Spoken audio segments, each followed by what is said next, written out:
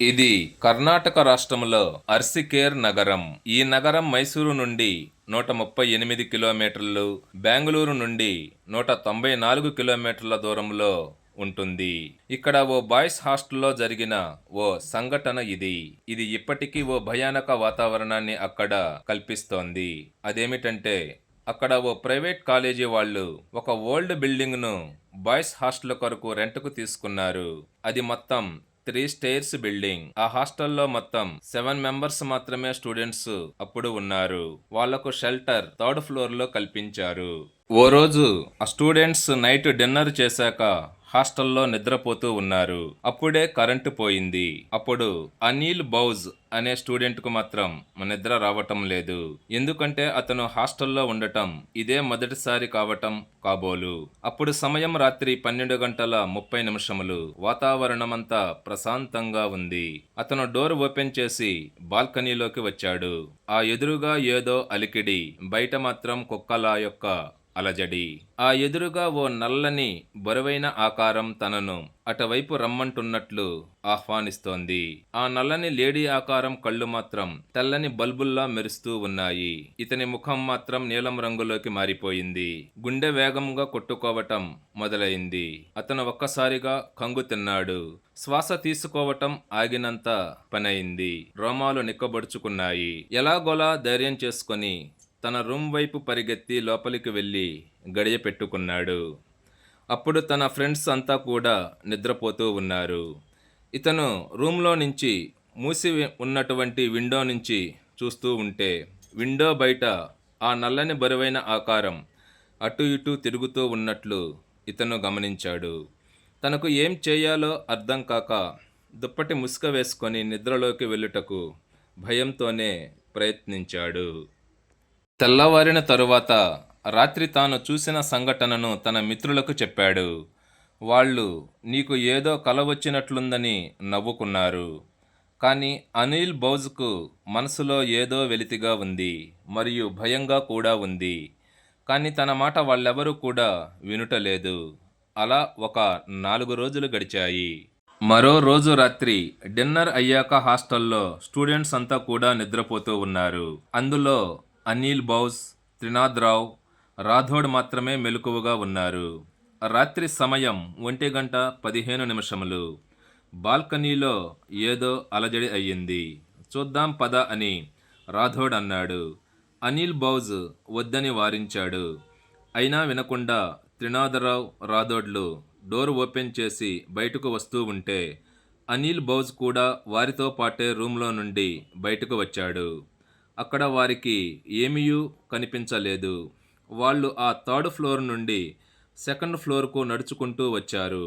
ఆ 2nd ఫ్లోర్లో వీళ్ళు ఒక 4 అడుగులు ముందుకు వేయగానే ఆ ఎదురుగా ఓ నల్లని అమ్మాయి ఆకారం ఇటు రా రా రా అంటూ తన 2 చేతులను ముందుకు చాచి అరుస్తోంది. ఆ ఆకారం చూసిన ముగ్గురు వణికిపోతున్నారు. వాళ్ళ గుండె బరువెక్కింది. బాడీ షేక్ అయింది. అప్పుడు అనిల్ బౌజ్ తన కళ్ళను తన 2 మిత్రుల వైపు తిప్పాడు. ఆ 2 మిత్రులు ఆ నల్లని ఆకారాన్ని భయంగా చూస్తూ స్టాచ్యూలాగా నిల్చుండిపోయారు. ఆ నల్లని బరువైన ఆకారం తమ మీదకు వస్తున్నట్లు వారు గమనించారు. అప్పుడు అనిల్ బౌజ్ ధైర్యం తెచ్చుకొని గట్టిగా పరిగెత్తండి పరిగెత్తండి అని అరిచాడు. అంతే, ముగ్గురు తమ రూమ్ లోనికి పరిగెత్తుకుంటూ వెళ్లిపోయారు. వీళ్ళ వెనకాలే ఆ నల్లని బరువైన ఆకారం ఫాలో అవుతున్నట్లుగా అనిల్ బౌజ్ గమనించాడు. రూమ్ కు వెళ్లి గడియ పెట్టుకున్నారు. మిగతా ఫ్రెండ్స్ ను లేపి జరిగింది చెప్పారు. అందులో ఒకతను బయటకు వెళ్లి చూద్దాం పదా అన్నాడు.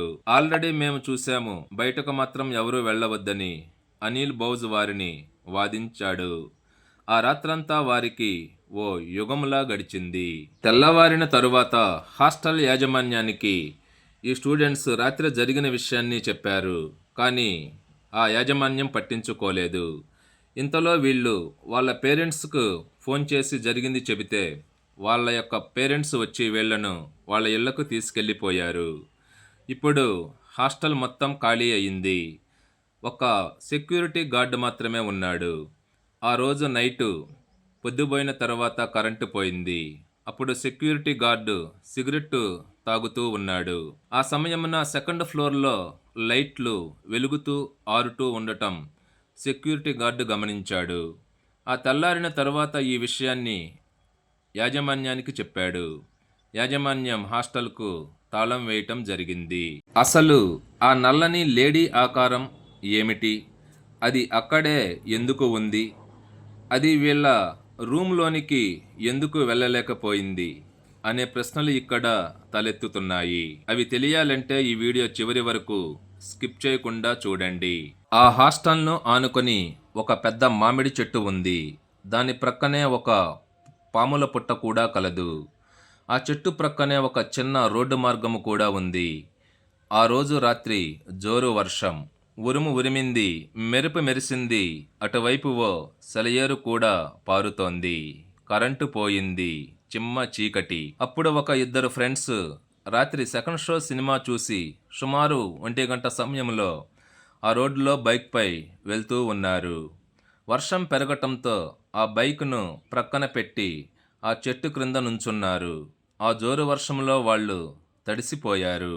అకస్మాత్తుగా అప్పుడు ఆ చెట్టు మీద నుంచి ఓ సన్నని శబ్దం. వాతావరణం ఒక్కసారిగా మారిపోయింది. ఉన్నట్లుండి అక్కడి గాలి ఉగ్రరూపం దాల్చింది. ఆ చెట్టుపై ఓ బరువాటి ఆకారం కదిలినట్లు వాళ్ళ యొక్క ఫీలింగ్. అక్కడ వీచే గాలికి ఓ భయంకర శబ్దం తోడైంది. వీళ్ళ గుండెల్లోని ధైర్యం ఆవిరవటం మొదలైంది. అక్కడ అప్పుడు గజ్జల చప్పుడు వినపడింది. అప్పుడే ఆ భయానక సంఘటన వాళ్ళ కళ్ళ ముందు సాక్షాత్కరించింది. అదే సమయంలో ఆకాశంలో ఓ మెరుపు మెరవడంతో ఆ మెరుపు యొక్క వెలుతురులో ఆ చెట్టు కొమ్మపైన ఓ నల్లని మహిళ ఆకారం జుట్టు విరబూసుకొని తనను రమ్మంటున్నట్లు చేతులు చాచింది. అది చూసిన వీళ్ళ కళ్ళల్లో మృత్యుభయం స్పష్టంగా కనిపిస్తోంది. వెన్నులో వణుకు పుట్టింది. అక్కడ వీచే గాలిలో ఏదో బరువుంది. వీళ్ళు తమ ప్రాణాలను అరచేతిలో పెట్టుకొని తమ బైక్ తీసుకొని అక్కడ నుండి ముందుకు వెళ్ళిపోయారు. నైటు 12 గంటల తర్వాత ఇలా చాలామందికి ఆ చెట్టుపై ఓ నల్లని మహిళ ఆకారం కనిపిస్తూ ఉంటుందని అక్కడ జనంలో గుసగుసలు మొదలయ్యాయి. అసలు ఆ చుట్టుప్రక్కల వాళ్లను అక్కడ ఎంక్వైరీ చేస్తే ఓ రహస్యం బయటపడింది. అదేమిటంటే గత 5 సంవత్సరముల క్రితం ఆ బిల్డింగ్లో ఓ లేడీస్ హాస్టల్ ఉండేదట. అక్కడ ఆ హాస్టల్లో ఓ స్టూడెంట్కు మెడికల్ ఎంట్రన్స్లో ర్యాంకు రాకపోవడంతో ఆవిడ మనస్తాపానికి గురై ఆ సెకండ్ ఫ్లోర్లో ఉన్న తమ రూమ్లో సూసైడ్ చేసుకుందట. అప్పటి నుండి ఆవిడ అలా దెయ్యం అయి అక్కడ తిరుగుతూ కనిపిస్తూ ఉంటుందని ఆ చుట్టుప్రక్కల వారు చెప్పటం జరిగింది. ఆ హాస్టల్లో ఈ బాయ్స్ రూమ్కి ఆ నల్లని మహిళా ఆకారం ప్రవేశించకపోవటానికి కారణాన్ని అధ్యయనం చేస్తే ఈ బాయ్స్ ఉన్న రూమ్ గోడకు బయట పంచముఖ ఆంజనేయ స్వామి ఫోటో ఉందట. అందువల్లనే ఆ దెయ్యం ఆ రూములోనికి ప్రవేశించలేకపోయిందని అధ్యయనంలో తేలింది. ఇక నైటు 10 దాటిన తర్వాత ఆ మామిడి చెట్టు ప్రక్కనే ఉన్న బజారులోనికి అడుగు పెట్టాలంటే ప్రాణభయంతో ప్రజలు వణుకుపోతూ ఉన్నారు. ఇక అప్పటి నుండి మామిడి చెట్టు ఉన్న ఆ బజారును రాత్రిపూట 10 గంటలు దాటిన తర్వాత పోలీసు వారు ప్రతిరోజు రాకపోకలను నిషేధించుట జరిగింది.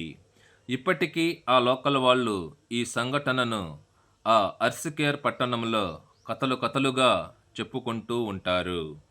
ఈ వీడియో గనక మీకు నచ్చినట్లయితే లైక్ చేసి సబ్స్క్రైబ్ చేయండి. Thanks for watching the video.